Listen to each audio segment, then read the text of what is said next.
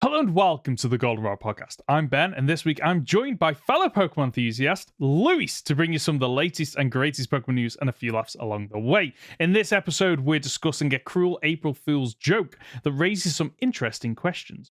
We're also talking about the 2024 Pokemon Europe International Championships taking place this weekend. And finally, we'll be discussing comments from Niantic that Pokemon Go's next 10 years are guaranteed. As always, you can jump to a topic using the timestamps in the description below. Luis, do you want to say hello? Hello. How are we doing? Very well, thank you. Very well indeed. And how about yourself? Yeah, not too bad. Not too bad. Unfortunately, Conor couldn't make it this week, but Ben reached out and I said, yeah, let's go for it. And I'm glad you did. Do you want to tell the people who you are? Because some people might be thinking, who is this Luis? And maybe the only recognition they've had is when you were on an episode a very, very long time ago, or perhaps seeing you in the comment section. Some people might be getting excited thinking we're inviting on listeners. I don't want to give that impression. Yeah, no. So I am basically Connor's friend and editor on his YouTube channel on Captain Fidget. We've known each other for at least 10 years at this point. We met at university. Wow. Yeah, and I mean, personally, I'm a listener to the podcast myself.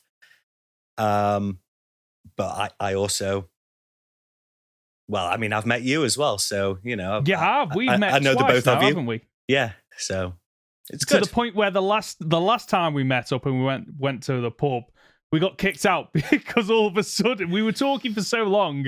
The woman behind the bar rocked up and was like, "Oh yeah, just so you know, we're closing now." Oh, okay. That was like what, 2 hours we were talking for, and it just easily blew back. It was after Pal World was released, and we would. It's so annoying, really, that we didn't have some kind of podcast recording device there. Because we were just. That could have filled up an entire episode's worth of content easily. Easily could. Should we jump into the first topic? Absolutely. Okay, so Conor, I'm sorry to do this to you, but on the 1st of April, Conor pinged me a message basically saying that Pokemon Legends ZA had been released. The release date was being pulled forward to November the 15th, 2024. He got this information from a tweet that had been put out. The profile had the official Pokemon logo. It had the name of the official Pokemon Twitter account, and it said, "Trainers, we've heard the cries. Pokemon Legends ZA will now be releasing on November 15th, 2024." Conor pinged me, I think, 5 questions in quick succession of not sure what happened to make that change. Is it not on the Switch 2 now? Was it meant for 2025? And basically people's outrage has brought it forward. Will the game feel rushed now? Before I even had chance to respond, 2 minutes later, he responded with, "Oh god damn it, it's April Fool's Day, ignore me." A couple of things flashed through my head. I went from being really excited to being really sad to actually kind of being excited again, because pulling it forward does raise a very interesting question: is if they did that, would the game feel rushed? What do you think? I mean, it's hard to say. The Pokemon Legends Arceus, that didn't release when it was originally scheduled to, did it? No, that one was delayed by about 3 months. So originally, BDSP and Legends Arceus were supposed to release in the same month of the same year. Legends Arceus was pushed back by 3 months. Yeah, so first off, Legends Arceus didn't feel rushed, I don't think. I think that it definitely felt like it had the polish which it deserved, ultimately. So I think pulling it forward could potentially give a rushed feel. It may take off that layer of polish that we had in Legends Arceus. I think it's interesting that they chose November, because that does feel very much like a date that they would use. It does. That's the date that BDSP was released and Scarlet and Violet, right? most of the games nowadays get released in November. November is their release window. Otherwise, I'd it's imagine February for Pokemon Day, I assume, which is that's when Arceus was. Yes, and the thing about a November release date, it makes sense because you have that build up to the Christmas sales period. So you can catch people in that first couple of months, and anyone that doesn't buy that game in the first month, such as children, for example, they've suddenly got their Christmas present sorted. Then that's what they can get. So saying that it was going to be released in November from this person, very good April Fool's joke, I must admit. Myself, I hope it doesn't get pulled forward now. I am a firm believer that if a game gets pushed back, it has a better chance of being more well received because it gets that extra bit of time. I would much rather that happen than a game pulled forward, because typically that's not a great sign to me. That's a sign of either they've maybe given up on the game of there's not a lot we can do. Let's just bite the bullet, get it out there, and we move on. Or it's a case of perhaps the game company being a bit greedy, thinking, "Oh, if we move it forward, we can hit that a certain sales release, a certain release schedule that we can take advantage of holiday sales." So I'm happy that this isn't the case. I hope it doesn't happen, and I still maintain that the reason it's not occurring in November is because the Switch successor has been moved back. The release window for that has been moved back, and the Pokemon Legends Z-A is likely to be released on both the Switch and the Switch successor in the same month. Sort of a Breath of the Wild treatment. Yeah, and I think it makes sense as well because we've discussed in the past that Game Freak have a habit of releasing games on the last generation console. So they did it with Pokemon Black and White 2.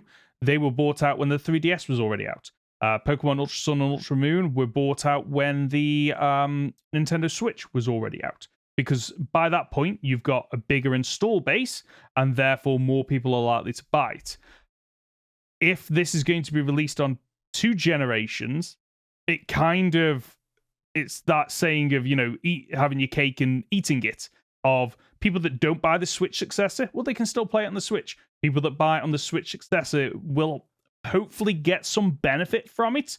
So maybe, better frame rate or graphics or better performance. So it'll be interesting to see what they do with that, which I think nicely brings us on to the next topic of, I have seen some rumors floating around that the Nintendo Switch successor has not only been confirmed, but the name of it has been confirmed and accidentally released by YouTube in a YouTube advertiser survey, which asked, which of these gaming products would you consider buying? The PlayStation 5, the Xbox Series X, the Switch Attach, or none of the above? Now, others have pointed out a few things here, that Nintendo have a habit of giving their hardware code names during development. The Switch was apparently originally called the NX, which I didn't know about. The Wii was called the Revolution, which I did know about. And another one that I didn't know about, the N64 was originally called the Ultra 64. Yeah, the GameCube was also Dolphin, I believe, hence the name of the emulator. Yes. There is a little picture of a dolphin on one of the, either on the circuit board itself or on one of the processing chips, I believe. Oh, really? Oh, I didn't know that. That's so cool. Nintendo do famously do the whole code name, project name for their systems. I don't know if Switch Attach would be a code name. It seems a little bit out there for that. And secondly, I don't really know what it would mean. Because if there's one thing that Nintendo have learned, it's don't do what they did with the Wii U. Exactly. Do not give your next console the same name as your old one, because people will think it's just an attachment, right? Yeah. And that's why, that's one of the reasons the Wii U fell down, is people saw it as, oh, I've already got the Wii, so I just buy this extra, handheld it's just a thing. gamepad that links up to the Wii, right? Yeah, and it completely failed for them. So I can imagine that either they would have to do one of two things. Either they go completely out there and choose a completely different name to distance themselves from the Switch, or they do what other gaming companies have done of the Switch 2, for example. There's a reason PlayStations are 1, 2, 3, 4, 5, because it's obvious. Oh, it's the successor. Xbox kind of tries to get away from that, but then decides to then double down and go with really weird naming conventions, which I think has hurt them, because even I'm confused at this point of, I got it was the Xbox, and then the Xbox 360, then the Xbox One, and then it went in a really more weird direction. Xbox Series, I mean... Yes. That sounds like the entire group of Xbox family consoles. It does. It's so strange. It's so strange. But unfortunately, some commenters on a Reddit thread that I stumbled across said that they were sure that YouTube just throws in made-up suggestions as part of their marketing research, as they've seen made-up car names and cleaning brands in these surveys. And I think that's just a kind of... What did you mention before we started recording? That it's a way to kind of... filter out anomalous results. You know, try to catch the people who are just clicking everything. Yeah.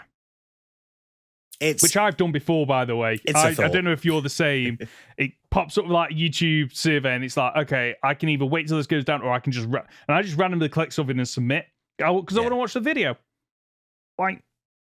These things for me don't work, unfortunately. And let's be honest, if the Switch successor name is going to be a closely guarded secret that only a handful of people at Nintendo know, I wouldn't surprise me if the majority of companies that are currently developing games for the Switch successor, chances are they won't know. They will have a developer kit, and that probably doesn't have any branding or anything else. So it'll be a tightly guarded secret, and they will not reveal it until they are ready to reveal it. Yeah. 100% that, basically. It's... if we know anything from Nintendo, it's difficult to pry that sort of information out. But let's be honest, it could be literally anything. When they created a revised 3DS, they called it the new Nintendo 3DS. So nothing is off the table. It's really not. I do have one question for you though, Lewis. Mm-hmm. Let's say that Pokemon Legends ZA, it does release on current and next gen Nintendo systems. Would that make you more inclined to buy the next system, or actually would it do the opposite and make you go, well, no, I can just buy it on the current console? I'm going to be honest. I'm of the volition to probably buy the new console anyway. Okay. But there are release day titles that would clinch it for me to get in it right there and then. Because Breath of the Wild releasing on the Switch got me to buy the Switch. Oh, did it? Yeah. Did you already played it on the Wii U at that point or not? No. Okay. No. So I went online. I think I got paid possibly the same day that it released, or maybe when pre-orders opened or something like that. And there was zero stock anywhere, save for a warehouse in Spain. Oh, okay. Right. Where I paid, I think, pretty much market value. Yeah, because all the other ones were like 200 and, an extra 100 on top of whatever it was going for at the time. And it was only available with the grey Joy-Cons. So I thought, you know what, screw it. And then I ordered Breath of the Wild on Amazon or something like that. Right. Yeah. And I think I got the Wii U because Mario Kart 8 was a brand new title and had released on it at the time. So I think Z2A on a new console might get me to go for it. Oh, wow. Okay. I mean, I've got nothing but praise for Legends Arceus. Sorry, so yeah, I'm in the same boat that I can understand some of the criticisms of Pokemon Legends Arceus. Sam, who's been on this podcast before, I've spoken with him at length about this, and one of the things he didn't like about it was the lack of battles, because that's what he enjoys about the Pokemon games. He enjoys those like in-depth battles. And I must admit, Legends Arceus, that was the one thing that I feel like they should have had a little bit more, at least in post-game. I take back that nothing but praise. I would have liked more peer-to-peer battles as well. Yes. Because something which I used to do growing up was playing Pokemon with my brother. He and I would get the alternate color versions of the games. We'd play alongside each other and battle after every gym or what have you. And oh, wow. I mean, he's at the point now, he's got kids, he doesn't really have much time for games anyway. But something that put him off going for a Switch and going for Legends is you can't really do any of that. So I get it. I see. Like you, I have loads of praise for Legends Arceus, and I'm so happy that we are getting another story set in this Legends universe that they are setting up.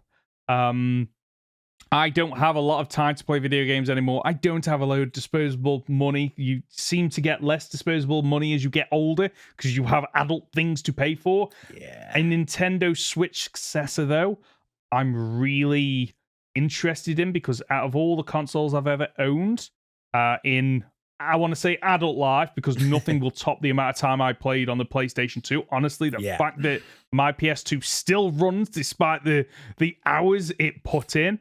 After that, it's the Nintendo's. Go on. Sorry, I just recently went through the entire Ratchet and Clank quadrilogy, as it were, on PS2. Yeah. Because I was having those cravings for those days.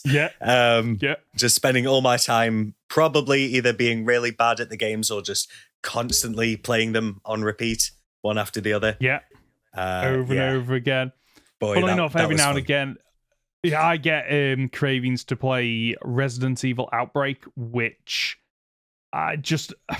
you can't play on anything other than the console it came out on, and it was one of those early PlayStation 2 titles where it was like, you can play online with people. I'm like, that's great, but I haven't got a clue how to do that on the PS2, so I had to play with the AI, which wasn't great, and it's just really, really infuriating. But yeah, so the Nintendo Switch is probably my second most played console because of the functionality of, I'm going on the train down to London for a conference. I can play on the Switch. I'm going away with my wife for glamping.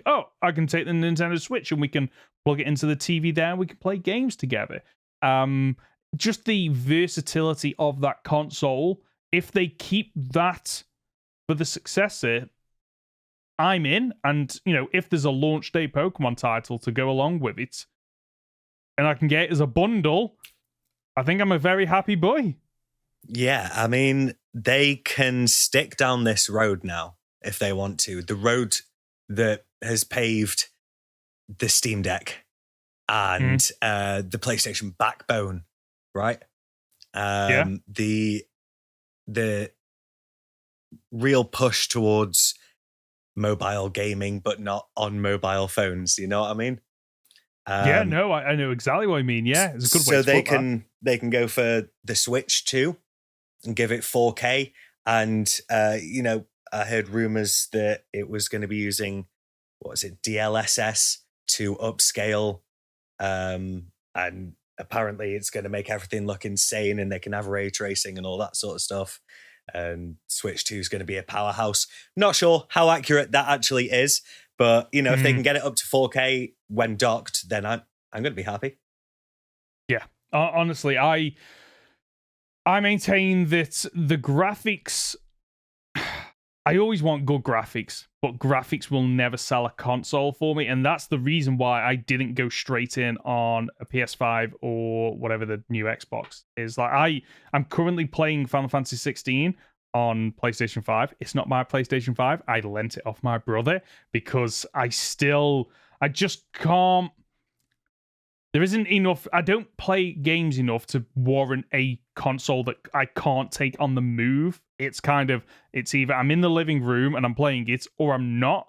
Whereas the Switch is one of those where, when me and my wife go to bed and she's watching Love Island or whatever, I'm there. I'm happy. I'm on my Switch. I'm just playing a game. So yeah, that being able to play anything on the move and that mobile element that you touched on is just fantastic. It's a really good way to do it. So yeah, fingers crossed. Should we move on to the next topic, the 2024 Pokemon Europe International Championships for Pokemon Go, Unite, VGC, and TCG? They're nearly here. In fact, if you are listening over the weekend, it's happening right now. They're taking place in London between Friday the 5th of April and ending on Sunday the 7th. If you can't make it, like me and Lewis, you can watch the streams on Twitch and YouTube. And apparently, this is a new thing, I think, that if you catch the streams live on Twitch, and if you're watching for at least 30 minutes, you can receive a code via Twitch drops for an exclusive timed research opportunity to catch the Pokemon used by Alan DS Rogef, I think, who was the winner of the 2024 Latin America International Championships. I asked you before we started whether or not you were going, and I was surprised to find out that you weren't, because you went to Worlds and what was the other one? I think it was Worlds 2022 and the European Internationals London 2023. Wow. Okay, so you did two on the bounce. Yeah. And basically, I was told that I was going to Worlds by Conor. By who? By Conor, yeah. By Conor, yeah. And then obviously when I heard that the European Championships was happening London that next March, I thought, you know what? I had so much fun. Yeah, let's do it again. I can't make it this year, unfortunately. It is certainly an experience worth doing. If you ever get the opportunity, then go for it. There's such a palpable atmosphere. Obviously, Worlds was a little bit more so than Euros was, but regardless, you are vibing with a whole bunch of other nerds at the end of the day. Let's be honest. Love that. You've got people who spend all their time thinking about the trading cards or thinking about how their team in Scarlet and Violet needs to shape up to the meta. You've got people who spend all day, every day walking around their local city playing Pokemon Go, doing all the routes, doing all the research. Their research list is empty at this point, right? Yeah. And everybody's all just together. And you've got people who are doing casual playing on their Switches. You got people who are in teams sat there doing Unite, doing their practice rounds, doing VGC, testing up their stats. You've got people who are buying merch, buying Pokemon cards, people taking photos. It's a buzz. And it's a lot. There is a lot of walking around. You spend a lot of time on your feet. There are side events that you can enter into as a person there. I've done some build and battle TCG events there. You get a box that comes with a pre-select set of cards and some booster packs.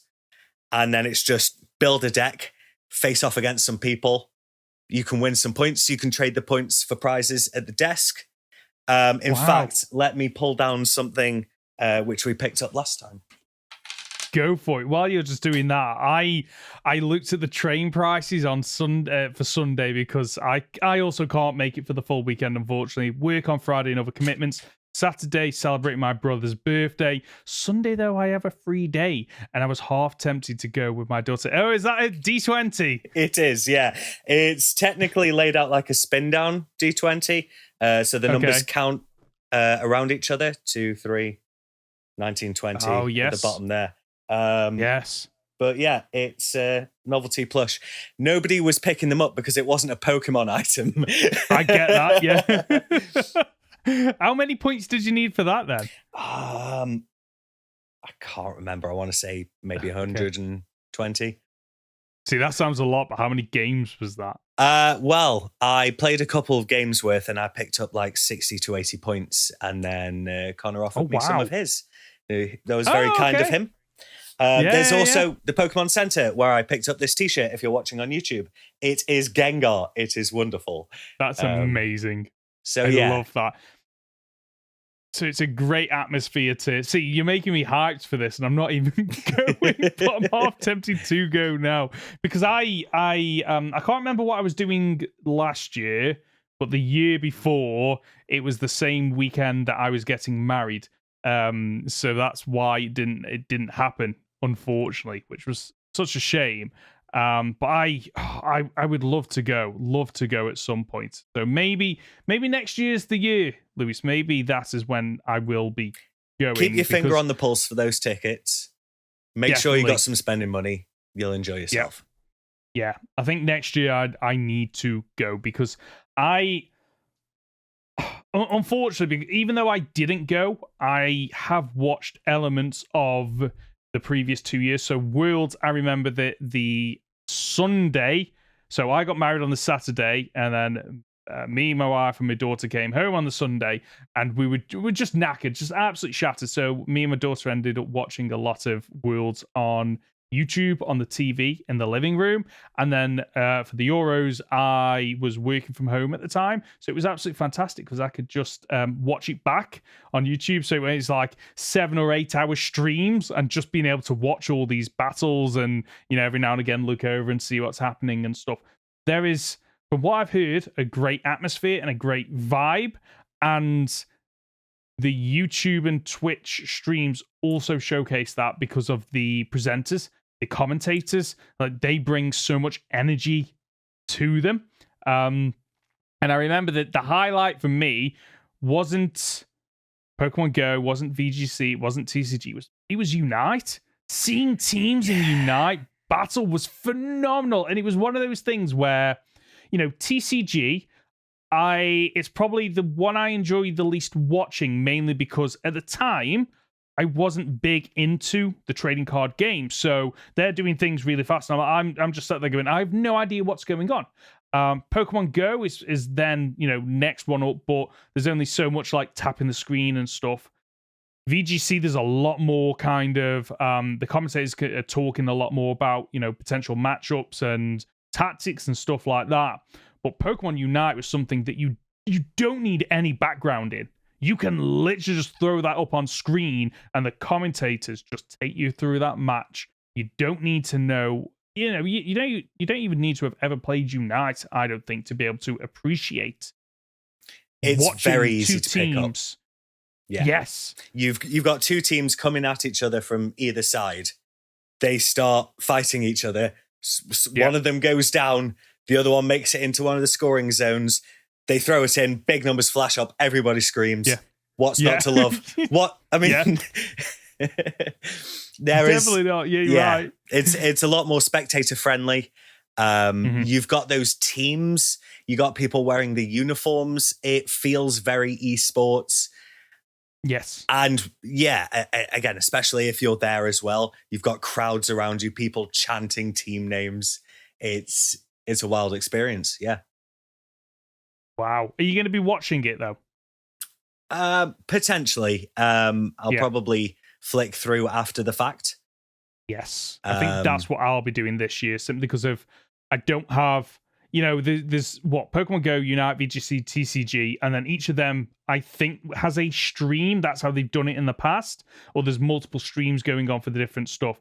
There is that many hours of content. I cannot commit to watching it all. So I'll probably do what I did last year of, okay, it's all finished, right? Let's skip through to like the semi-finals and then the finals for each of them, just to it just gives you enough information. You get a flavor of it then without having to watch everything. Yeah. The good thing is as well, between games, they'll have those little pre-made videos that they'll put together and throw up. But with Unite, they have the option to go back and do highlights of previous matches, because the way that the leaderboards come together, you get the opportunity once you hit a certain level that if you get knocked out, you won't immediately leave the tournament. There's like the losers catch-up round. Oh, wow. Okay. So you can see, I think it was last year at Worlds, one of the people who got knocked out at that point smashed their way back up through the losers table to rematch the team who took them out. And I believe I think Conor told me about this. Yeah. If the losers win that one, they have one more rematch to see who finally goes through. And that can be nerve-wracking. Because if you're rooting for the underdogs, or if your favorite team was the one who knocked them out, and then they come back into it, you want them to knock them out again. So there's a lot more tension. It's great. Good. That sounds absolutely phenomenal. I'm looking forward to watching it back. And you're right, I do need to look at getting there next year, because this is 2 now that I've said that 3 now. 3 that I've said I want to go, and I just haven't got round to it, unfortunately. So next year is the year. Speaking of TCG, ace spec cards. Do you want to break this down for somebody who has no idea what is going on? Yeah, so the latest set in the Pokemon trading card game is Scarlet and Violet Temporal Forces, which brings back the Ace Spec cards, which originally debuted in Pokemon Black and White TCG Boundaries Crossed. The idea of the Ace Spec card, are you familiar with Radiant cards, Ben? It rings. Oh, yeah. So they're they're special cards that you can only have one of in your entire deck, and they usually have some kind of ability that helps you to get ahead. Is that about right? Absolutely. Yes. So Radiant Greninja, for example, was one of the leading Radiant cards the past few years. I'm not sure if that one has been phased out now or not. But the idea was it could, I want to say, allow you to do insane things with energies. Yes. Yeah. So just throwing out energy left, right, and center, which obviously helps you to build up your Pokemon and get in those big hits. Ace spec cards are similar in that you can only have one in your deck. Okay. And they also come with, ultra sort of broken abilities and whatnot. So, for example, there's one item called the Prime Catcher. It's an item card, and it allows you to switch in one of your opponent's benched Pokemon to the active spot. If you do, switch your active Pokemon with one of your benched Pokemon. Okay. So it's basically a switch card. Okay. I don't know if one of the current switch cards is a supporter, but it has the same effect as one of the support cards. It's Guzma from Sun and Moon. Yeah. And support cards you can only play one of in your turn. So having this Ace Spec card would allow you to also play a support card as well as this card. Oh, okay. Interesting. So it's just a fresh way to mix up the battles and do more things, which I think as someone that is only really played Pokemon TCG casually and then picked it up recently with the release of I always forget which one it is. Pokemon. What's the new? It's got my phone. Pokemon TCG Live, is it, or whatever it is now? Whatever TCG the latest Live, version. That's the one. Someone that has only recently picked that up. It's quite nice to have something new thrown in there just to keep people engaged. So, for example, when I came back, I was suddenly, I'm playing catch up. I've got EX cards that I'd never really used before. I got the Radiant cards that I'd never used before. The fact that the first time one of my EX cards got knocked out, and I was like, wait, where's my opponent taking 2 energies? And then realized, okay, not 2 energies, 2 prize cards, only to realize, okay, I really need to play catch up. And playing quite well, actually. I'm quite looking forward to these new new ways to play the decks. Yeah. Now I have got one in front of me that is the artwork has been released, which is Neo Upper Energy, which is going to be included in this Scarlet and Violet. As long as this card is attached to a Pokemon, it provides 2 normal energy. I think that is the star. If this card is attached to a stage 2 Pokemon, this card provides energy every type of energy, but provides only 2 energy at a time. Yes. What I have noticed playing this and playing it more and seeing this card is it seems like they are building in ways to just speed up matches. Because I mean, that sounds about right, I'll be honest. Like the fact that you can take more prize cards, you've got more ways to power up your Pokemon that do more attacks faster. I don't know if you've played the old version of the trading card recently, but it is so slow and cumbersome because a lot of them are attach 4 energies to deal 60 damage. Oh, flip a coin, by the way, and if it's tails, it does no damage. Like the game is so slow. I think that's something that comes with the game evolving over time anyway. Yes. I mean, don't forget these ace-spec cards. You can't have more than 1 in your deck. So this extra power is nice, especially when it typically comes in the form of item cards rather than your Radiant Pokemon cards. I've just sent you one, actually. It's called the Master Ball. Who knows, maybe we can get it to pop up on screen. Search your deck for a Pokemon, reveal it, put it into your hand, shuffle your deck. So it gives you the same effect of some of the other ball cards, but with the added power of you can just search for any Pokemon. There's no restriction. A little bit busted. Yeah. That's great. I don't know if there are any ace-spec Pokemon. Probably not. When I had a look at the ones that were available in black and white, I couldn't see any. They were predominantly item cards. Yeah. Which probably is a way to, if you've got EX cards over here, you've got Radiant cards over here. It feels right to just have a subset of item cards that have that level of, power boost or whatever terminology you want to use. It makes sense. Yeah. Just before we move on, there is also the Ancient and Future effect. I want to say these have been around for maybe 1 or 2 sets so far, but I believe they are also getting a bit more in the way of options of cards in Temporal Forces as well. For example, the Booster Energy, you're aware of that in the video game? Mm-hmm. Yeah. So that also has an ancient version in the trading cards. So I've been told, yeah. Yeah. So all in all, I think there could be quite a lot to look forward to. I don't play a lot of TCG currently, but I do pop onto it every now and again. TCG Live.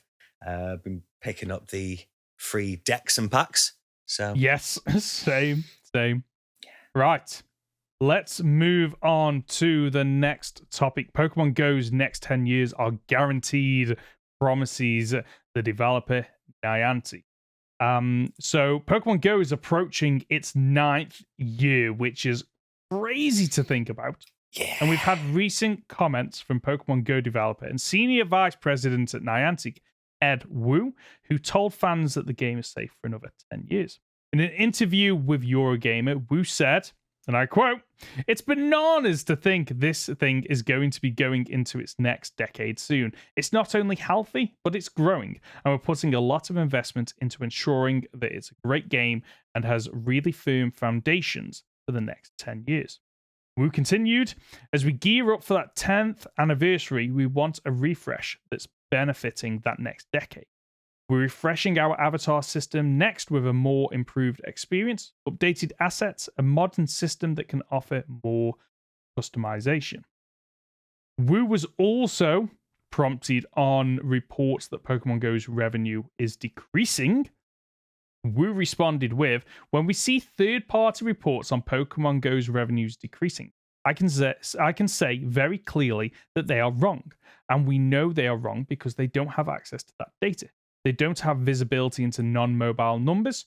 Pokemon Go grew last year, including last." spring. There's a few things there. Myself and Conor have discussed the revenue side of things before, about these third-party reports saying, okay, the amount of money they're making is coming down. Unfortunately, there's not a lot of facts you can glean, because it's kind of he said, she said, and these third-party apps base it on certain metrics, which I'm sure they think are accurate. And then Pokemon Go, Niantic on the other side, they're not going to release that information. They're not going to suddenly turn around and go, well, actually, we made whatever amount it is. But I think it is fair to say that with the amount of stuff in the shop at the moment, that is, that you pay anywhere from 99 pence for a Pokemon Community Day add-on to $14.99 for Pokemon Tour events. I don't think Niantic is struggling for money, but I think the exciting thing I took from is it sounds like they have at least some of the future roadmap of these next couple of years planned out. Do you have any thoughts on what they might be? I mean, it's difficult because at this point we've got all of the available Pokemon. Well, we've got most of the available Pokemon. So there are some Pokemon still missing in Pokemon Go from Gen 5 onwards. So there's, I think, there's one or two from Gen 5, one or two from Gen 6. I mean, and then other than legendaries, there's nothing that springs to my mind, but obviously, yeah. There are basic Pokemon from mainly the Gen 8 starters aren't in there yet. Okay. And Gen 9, they've started rolling out. So when we think about the next couple of years, they've got at least 3 generations they can still pull from. And if they do, one generation a year, that's still 3 years. By that point, Gen 10's out. So that gives them another couple of years to roll out Pokemon. And that's true. Let's not forget that they're still introducing Megas. I don't think we've got all the Megas introduced in that game. And when they finally release all the Megas, well, where did they go from there? Well, they can either go Dynamaxing or Terrestrialization as the next big gimmick. There is life in this. Okay, yeah. And we can probably assume that the regular mainline games are going to still be pumping out. So they'll have they'll have Pokemon to draw from. That's fair. They could go for another gimmick. I think it would be, I mean, things like Dynamaxing, Terrestrializing, that's only going to have an effect in battles, but it could really ramp up the effect of battles, especially given that Pokemon Go has made its way into the World Championships, so that they could attempt to spice things up that way. They could attempt to introduce their own gimmick. They were given a shot with introducing a Pokemon. They were, yes. There's not much that's been done with it, but it worked. Yeah, it was, and I think I've said this before. My tinfoil hat theory was that it was just an error encoding with Ditto, and they went, "Oh, let's just roll with it." I have nothing to base that on outside of the fact that it kind of looks like Ditto, and the ring is potentially the hitbox. That's all I've got to go on, and I know that people could just rip that theory to shreds, which is why I said it's tinfoil hat, whatever you call it, theory. But yeah, I am actually surprised they haven't introduced more new Pokemon. I mean, other than those two and Gimmighoul's roaming form, which is available in Pokemon Go, they are the only 3, I believe, that are only available in that game. Other than, the little hats. But they're not Pokemon. Yeah, they're you're hats. Right. They are. I'm still annoyed. I'm still absolutely furious to this day that they saw Team Fortress 2 and they thought, that works. We're going with that. That works. Hats. Because it annoys me because I've got about 200 Pikachus with special hats in my in my, box, in my storage. Yeah. And I can't put them into Pokemon Home because you cannot transfer them, which I wouldn't mind, except I currently have some versions of Pikachu with hats in Pokemon Home. So it infuriates me. It's either let me have all of them, or let me have none of them in Pokemon Home. And what I've got is this halfway house of random Pikachus with hats that I've had for, coming up to, 7 or 8 years at this point. Now, I can't get into I think I've got Home. A 2016 Spooky Witches hat Pikachu somewhere. Like, just sat there in the corner gathering dust. Yeah, can't do anything with it. I mean, there are a couple of Bulbasaur. I think there's a Snorlax. There's a Caterpie with a little ribbon. Cottony came out recently with a leaf on it. Yes. Yeah. Nowhere to put them. Nowhere to put them. They're just stuck in Pokemon Home. And the worst part is when you get a shiny of one of them. And you think that's absolutely useless because I can't do anything with it outside of potentially putting it in a gym to show it off. Can't transfer it. You just can't do anything with it. Unfortunately, I transfer all my shinies out to my Switch. Yeah, because I can put them in Scarlet and Violet, and then as soon as Home is compatible with the next game, I can just throw them in there. Throw them in there. I'm still annoyed though that in Pokemon Home it gives you that G symbol for any Pokemon that's transferred over. The mobile version doesn't do that, but the Nintendo Switch version does. And it's almost like it's a badge of dishonor of, you got the shiny, but you didn't get it the way we normally They got it in Home. Shinies. It's not real. It's not that. I mean, the odds are one in whatever it is. It's I wish they'd remove that. But other than that, Pokemon Go for me is a great shiny hunting tool. Because I want to complete shiny living decks, but as someone that doesn't have a load of time or patience, Pokemon Go is a great way to just do it casually. So I never really had any shiny Pokemon until like the Switch era of games. And then I heard, I don't know, last year or something, that shinies are actually pretty common on Community Day. And very. I have been signing into them, doing them honestly while I'm at work, just in the background. Like I can't really walk anywhere apart from on my breaks, but it's enough. And I think I've been lucky enough to get at least one for each line of each evolution. Yeah. So I evolve them through. I pay 99p for the Community Day research, have a little bit of fun with it, and then throw them onto the Switch. Yeah. Funnily enough, one of the ones that... So I did the exact same thing. I think there's only been one Community Day where I didn't get all 3 shinies. So for each stage, Charmander Community Day came up a few months back. I was over the moon because I had tried to get a shiny Charmander in so many games, including Let's Go Pikachu, and I've just never been able to get one. So to be able to get them is phenomenal, and I think the Community Days are fantastic. And now that you can use Campfire to meet up with people. Yes. So we had the Mewtwo Community Day, or Shadow Mewtwo was available over the weekend. I literally jumped on that. I looked around, found one. I was like, oh, I'm heading there. Is anyone else heading there? I'm going with my daughter, and managed to get 5 of us that managed to beat it. So that community element that I think I used to be a negative for me because of living in a rural area and not having that in-game functionality to be able to meet up. The fact that they've addressed that is huge for a rural player like me. I have no doubt that they will try to keep this going for as long as they can. And I'd imagine as long as they have people buying things in-game, they will continue to do it. And I think one question I did have for you is the Community Day research that you paid like £1 for.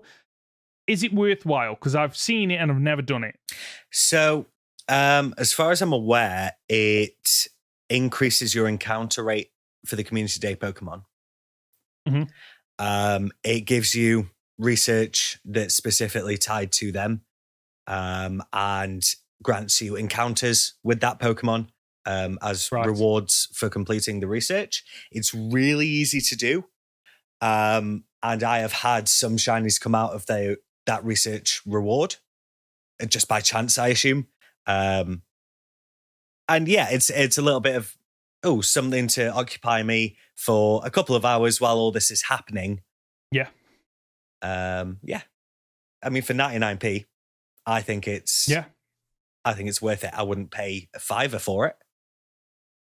No, that's the thing with me with Pokemon Go is that I think the prices for the majority of stuff are too much, but they're that much because people are paying for it. So, of course, as a company, you're going to go, well, if we can make money from players, of course they're going to do it. I have only ever... how much have I put into Pokemon Go? £15. I know that because when it first came out, I bought a load of the coins for £10, or it was $7.99. It was £8. Because I thought, you know what, this developer, I'd never heard of them, and I want Pokemon Go to stick around and do well. Therefore, I'm going to give them some of my money. And this was at a time where most games were, 59. Remember when Apple? It was always 59 pence for a game. You're like, oh, this is so much value. It's amazing. I thought I'll give him a little bit of money because it was free. And then the shiny Mew, when that came out, I was like, oh, it's $4.99, but I've always wanted a shiny Mew, and this is the way I'm going to get it. How far through that are you now? I've done it now. Oh, you have? Okay, good. I did it. I would not be that far through. No, one of the tasks was, I think, walk 151 kilometers, which took me a while, but I got there, and I am now starting to run out of things to do in Pokemon Go. As long as I have a fresh amount of things to keep me occupied, because there have been times where I have no research to do, and therefore I log in, I catch a Pokemon, I complete a one of the research tasks, and then I'm done. Pokemon Go for me is in a really good spot right now. Despite my frustrations with some of the paywalled content, the fact that they are improving the experience for all players. So, for example, I spoke, I think, last week or the week before with Conor, who doesn't play it that much, about the party up mechanic. I think that's a great mechanic. And while I have seen on Twitter and Reddit a load of people complaining about it because they don't play in with friends or in communities, which I understand, as someone that plays with my daughter, it's a fantastic function. Absolutely brilliant. The ability to, what was the other thing they've done? They've done Campfire, which allows you to meet up and do all that. Remote raids, fantastic. Still annoyed that they put the price of them up. I still think that... I've done a couple of remote raids through Campfire, so... Yeah. It's the fact that they have taken something and then built on it, because originally research tasks weren't a thing. Like when that came out, that wasn't a thing. Pokemon gyms got revamped, and the way you earn coins became more reliable. The fact that despite the fact there is some research that they roll out and it costs money, there is some research that they roll out and it's absolutely free. Introducing Team Rocket, and then the Grunts, the next level. Pardon? Go Rocket. Yeah.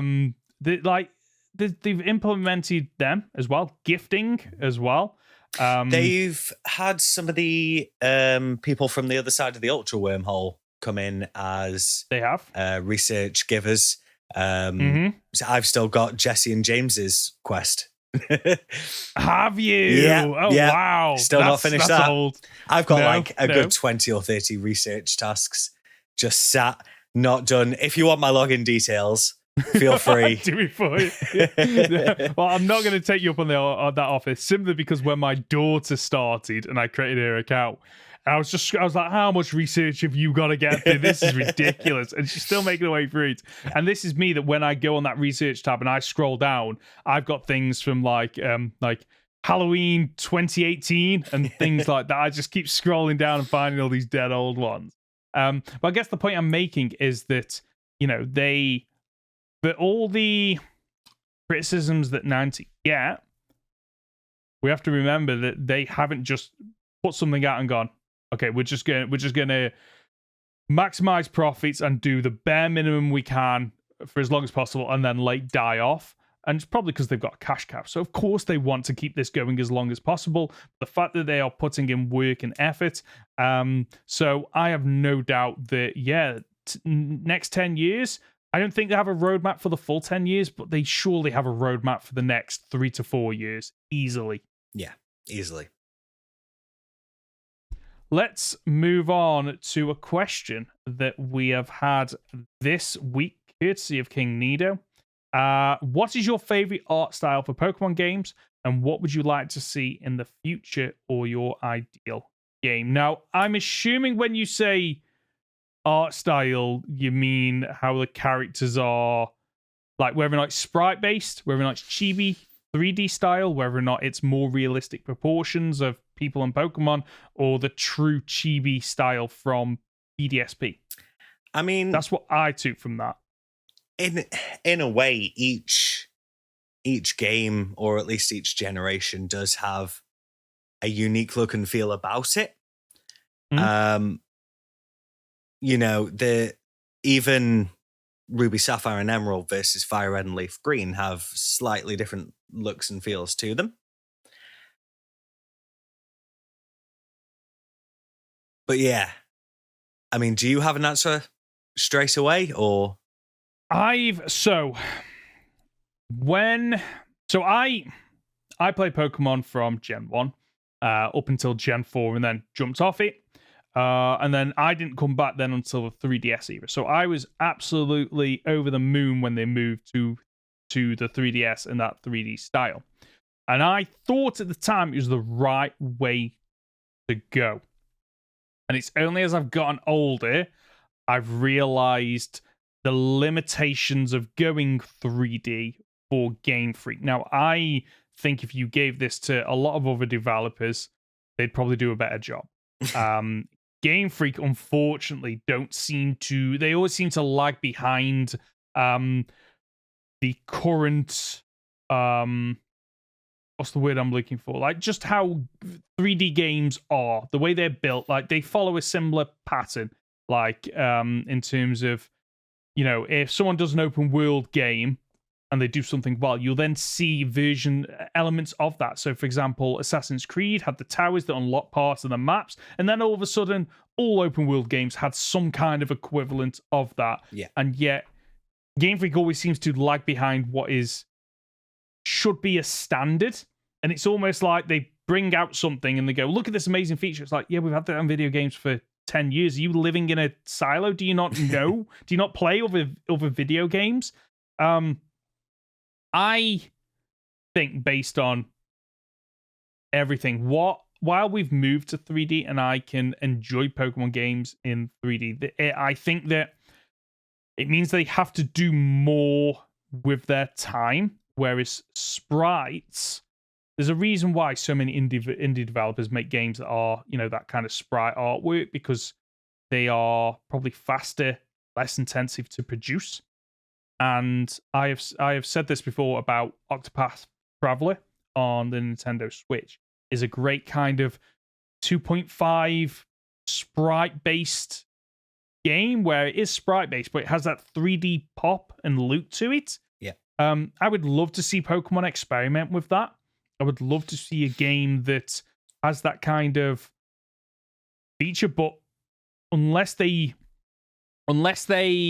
they did that as a one-off, they're building an entire new game from scratch. But if they built a series on that, obviously there's efficiencies to be made there. It's the same thing with the 3D models. They can reuse them. I feel like they were caught in a situation. I think the move to 3D was partly because Nintendo really wanted them to use the 3D screen function of the 3DS. Yeah. And it's much easier to sell that with a 3D model game. I think it's probably easier to... I mean, don't get me wrong, you can have a sprite-based game in the style of, say, Black and White, which, let's be honest, was a really good look for Pokemon. Oh, yes. And have them pop out like that. But when you're trying to sell the Pokemon world as something that you would want to be part of, that breaks the illusion. That very much feels like, hey, you are looking at a game with layers rather than a world. Yeah. So in terms of trying to sell a Pokemon world and use the 3D feature, that's why they ended up going that way.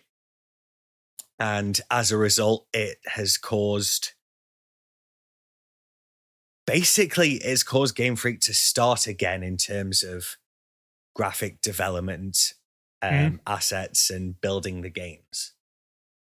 I think they did a really good job with Scarlet and Violet in getting those textures in and taking those steps forward.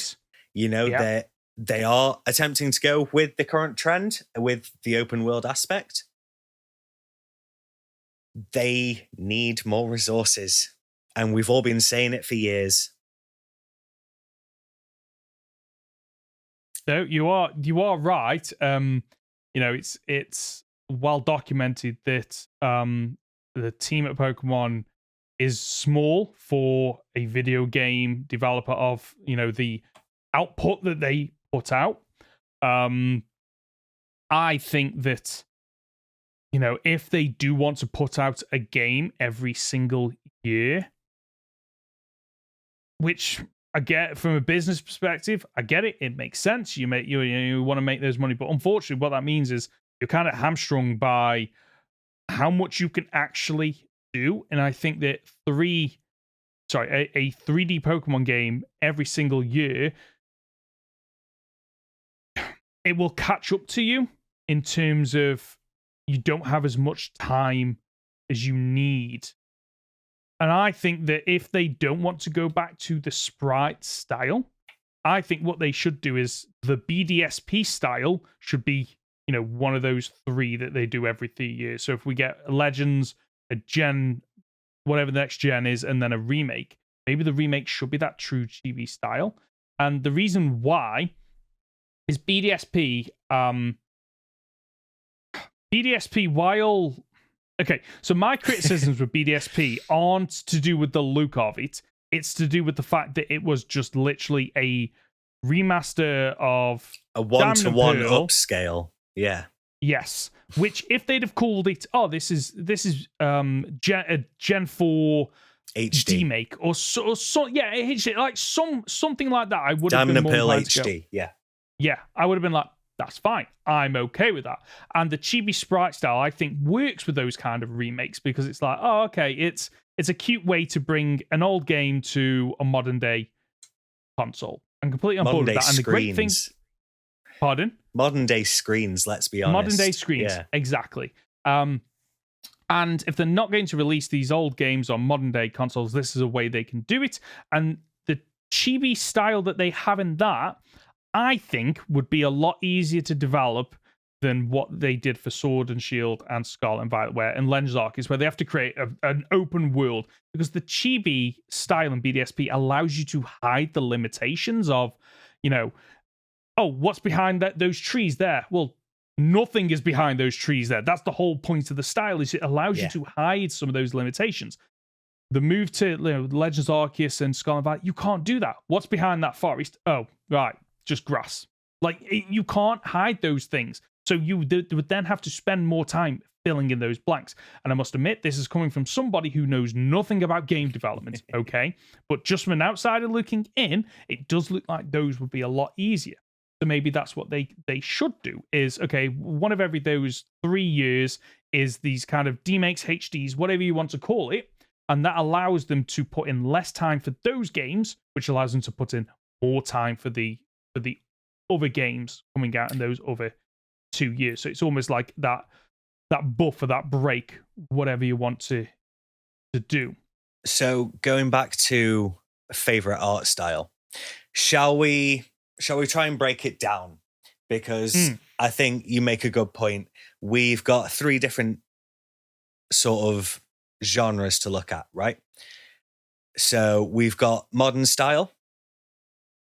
We've got pixel art style. Yep. And then we've got sort of spin-off, right? Okay. So if we've got those 3 kind of games, which style would you go for? So in terms of pixel, if they were going to make a brand new pixel-based Pokemon game, they can go for the dot matrix style of the Game Boy. They can go for the sort of animated bend and squish of Gen 5, or they can go for something a bit more broad line like Gen 3, Gen 4. Or Mystery Dungeon. Because that was a completely different style of art. Yeah, I haven't played much of Mystery Dungeon to the point where I can't remember. I have played it, I just can't remember much about it. But if I had to choose one of them, it'd be the Gen 5 style, because Gen 5's Pokemon felt alive in a way that they don't in the modern games. And you come into battle, they're all moving around and stuff. And unfortunately, it doesn't translate well to Gen 8 and Gen 9, but to the point where they can only give those models so much life and character. And, that kind of sprite pixel art style allows you to hide the limitations of that, which is phenomenal. And I think that I think that kind of sprite style, unfortunately, now that we've moved to 3D, I struggle to see how they would then move away from 3D without it being seen as, you're going backwards again rather than forwards. And the only way I could see them maybe going to that style is in a spin-off. Don't see it in a mainline game again, and I don't think I see it in Legends now. Or the remakes. I think it has to be something as a spin-off, or some kind of demake. Like, it amazes me that Pokemon and Game Freak has this wide wealth of things, and they don't try what I think would probably get them a load of money. Of, okay, you want Sword and Shield on mobile? Well, here's a demake. Here's Gen 8 demake. Like, things like that just feel like it's a great opportunity just to, like, the fact that we haven't got a mainline or spin-off true Pokemon style game on mobile blows my mind. So how would you feel about if they went with what some of the fans would no doubt go absolutely nuts for and rip all their hair out?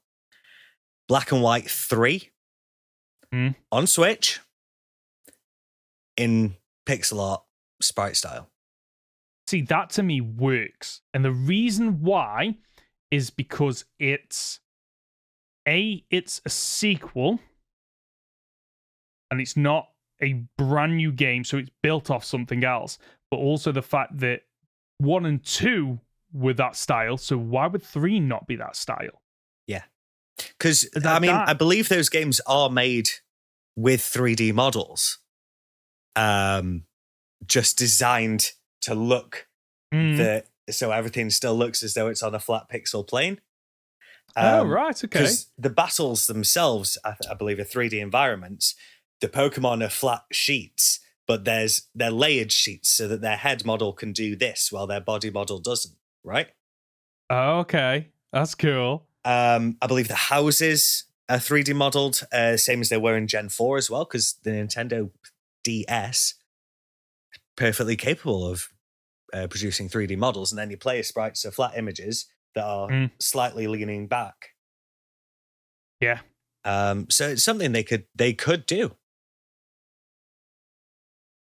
Whether or not they do it is another thing altogether, though. So, sorry. No, go on. I was going to say, moving on to 3DS and Switch era. Favorite art style? Oras. Mega Yeah. Ruby Alpha Sapphire. It's the right balance of chibi style, kind of human proportions without going too realistic. Because the problem, this is another problem Pokemon have of Pokemon sizes don't translate well once you move out of the sprite era, because you have Pokemon that are either way too big or way too small. As sprites, you can get away with it because your brain is going, well, of course it's not real. It's I can tell it's not real, and I'm okay with these proportions being slightly off. The moment you move to Gen 9, it's like, everyone knows Whale Lord is absolutely massive. Joltig is absolutely tiny, and it just breaks the immersion a little bit because suddenly it feels like, oh, this doesn't feel right. Whereas Oras, I feel like, can balance that of, okay, the Whale Lord doesn't need to be a true size because the people aren't a true size. So it works. Yeah. Because in the overworld and whatnot, your characters are pretty chibified, but not probably quite as far as BDSP went. Yes. And then you've got those cutscene versions of them where they're nearly human size, but not quite. That always baffled me because I didn't notice that the first time I played it. It's only in the last couple of years doing YouTube content that I've noticed it. And I was like, oh, okay, that's cool. And it made me realize that, hold on, they've had to create 2 character models for load of the and I couldn't wrap my head around why they did it, because it's more time, like not wasted, but because I think that when they do those animations of like, I always remember the professor when you battled the professor in X and Y, and then it transitions to that battle. I'm like, oh, okay, this actually looks really good, but that's because it's just that cutscene. Yeah. If it was in the overworld, I'd be like, oh, this looks a little bit off. Yeah, and I think part of the transition to open world, and even to a degree, even I want to say in Sword and Shield, having the one character model for everything. Some cutscenes don't seem to do as well as they could have done in the Omega Ruby Alpha Sapphire way of doing things. Yeah. So are you agreed with me or not? And you don't have to. That is. See, possibly. Go on. I do agree with you. I think it's very good. I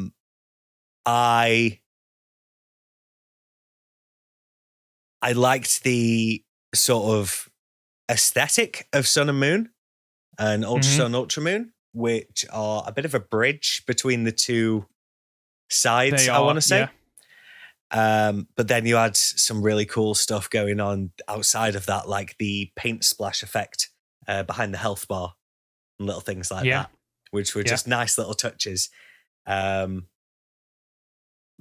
at the same time, for the Switch era, I think Legends Arceus has a beautiful art style. It has that kind of... They went for the watercolor sort of aesthetic. That painted tapestry, not tapestry. What's the one that's on parchment? I know what you mean, though. Yeah. And I would like to see them lean into that a bit harder. Yes. I would like to see a game that really goes in with the art style. I don't think Legends Z2A is going to do that. They may go for an 1800s Parisian aesthetic, but it's not going to be the painted anime almost of Legends Arceus. No, and you know what the good thing is about that art style for Legends Arceus is it lends itself to cutscenes really well, because you don't actually then need to have full 3D model cutscenes. You can just have imagery because it's telling. It leads into that telling the tale. Like, I think back to Sword and Shield. You know when you get up to the top of the tower and Rose is like monologuing and Leon's there trying to talk him down. It's just loaded still images. Doesn't work in Sword and Shield. That would work absolutely fine in Legends Arceus. Yeah, you put a parchment paper style filter over everything. You have them holding on still images, maybe slightly moving off to one side as the text writes on underneath. And you're golden. Yeah, you are absolutely golden. And Legends Arceus, the transition into battle, those like ink blotches, and then everything pops. Brush strokes. Yes. That again, they did great with the user interface on that. And then we got all the promo material for Scarlet and Violet, and it was just it looked terrible. Little rectangles. Yeah. And I'm thinking, hold on a moment, are they going for an aesthetic? No. They weren't going for an aesthetic. Yeah, they weren't, honestly. It blows my mind that for so many things that Legends Arceus pushed forward in terms of, Scarlet and Violet came out, Sword and Shield came out, and I was like, okay, yeah, I've enjoyed them for what they are, but they didn't blow me away. To then Legends Arceus came out, and just falling in love with that game, because it basically went, here's Pokemon, and we're just getting rid of all the parts that are stale. At this point, we are looking at new ways to ramp up the battle system. We're looking at new ways to incorporate Pokemon in the overworld. We're looking at a brand new catching system. We're looking at new items that you can use, a refreshing story that doesn't revolve around gyms, end of the world, and Elite Four. Alpha Pokemon in the wild as well. The fact that you can run into a battle and you think, oh, it's a one-on-one, and then all of a sudden 2 wild Pokemon go, well done, you're beating up our mate. No, you're not doing that. And then you start getting hurt yourself. Yes. I mean, come on. Like a slight survival element. Brilliant. Yeah. It's fantastic. And someone described it as Souls Light to me, which I can see that comparison. I think it does Legends Arceus a disservice, because Souls-like games are typically aimed towards more older players, whereas, let's be honest with you, Pokemon is typically, it needs to be more. It needs to have gameplay that is easy enough for the younger generation to pick up, but has enough depth for the older generation to really appreciate it, which is one of the reasons why both me and my daughter can play Legends Arceus and can enjoy it. But, the first time you fight the Cleavor, and it's like, oh no, you're not battling it. You are literally having to dodge its attacks and throw things at it. I was like, this is phenomenal. This is what I want for Pokemon moving forward. And Scarlet and Violet comes out, and just to kind of lean this back into that art style thing, it just seemed to go backwards in not just gameplay, but art style for a lot of different things, unfortunately. It almost feels like they brought out this incredible thing, and then they said, and now here's your main treat. It's the thing I gave you last time, but we unlocked all the out of bounds areas to be in bounds. Yeah. And the reason why we know the reason why, it's because it's not just one team at Game Freak that develops everything, it's multiple teams. So obviously Scarlet and Violet is in production at the same time as Legends Arceus, at the same time as BDSP at Ilke. And I imagine there isn't a lot of communication going on between, or not enough communication going on. And for all we know, because we're not, we don't have the insights into Game Freak, for all we know, Scarlet and Violet, the team developing Scarlet and Violet, were told about the catching mechanics of Legends Arceus, and they just went, not in our game. No. Like, you can do that in yours, but that's not something we want to touch. Yeah. And Legends Z to A, I would like it to take more from Legends Arceus than it does from Scarlet and Violet. And I'm hoping that's the case, because for the longest time I was worried that Legends was just going to be a one and done. It's, the higher ups of Game Freak were like, no, you got that out of your system, now back to what we've always done. Yeah, I'm glad that's not the case. The main games, they follow a formula. We know that. That is basically a rule as far as we can tell. So yeah, absolutely makes sense. But if Legends is really going to be its own series moving forward, then I am here for it. Mm-hmm. I want to see more cool art styles. I want to see more shaking up of that formula, because I doubt Z2A is going to follow the exact same formula that Legends Arceus did, with, you're ranking up to level 9 and you quell angry Pokemon beasts by lobbing food at them. Yeah. Who knows? Yeah. I doubt they're going to do that exact same thing again. They might. We'll have to find out. We will. Lewis, I think that's the show for this week. It's been an absolute experience. Thank you for having me on. Good. No, it's been an absolute blast to have you on. As always, it is great to catch up with you and just geek out about Pokemon stuff. I absolutely love it. And that's the show for this week. If you've gotten this far, you're just top dollar, aren't you? Before you go, we'd really appreciate it if you could leave a review on the podcast platform of your choice. If you're watching on YouTube, then please leave a like and subscribe if you're not already subscribed, as of course it really helps out. I don't know why I'm stumbling at the end. I'm tired. If you've got comments or questions, you can reach us by leaving the comments on our podcast on YouTube, by emailing goldenrodpod@gmail.com, by leaving it on our Discord channel, or by using the hashtag goldenrodpod on Twitter. Lewis, I'm aware I'm pointing you on the spot here, but where can people find you? I'm on YouTube at El Harrowing. You can also just, go on to Captain Fidget's channel, leave a nice comment for me under one of the videos, because I'm the one who put it together. I love that. and I'm Ben. You can find me as Professor Hoenn Gaming on YouTube and Professor Hoenn on Twitter. We'll be back next Friday for another week of Pokemon podcast content. See ya. See ya. Oh, you did it. Hey.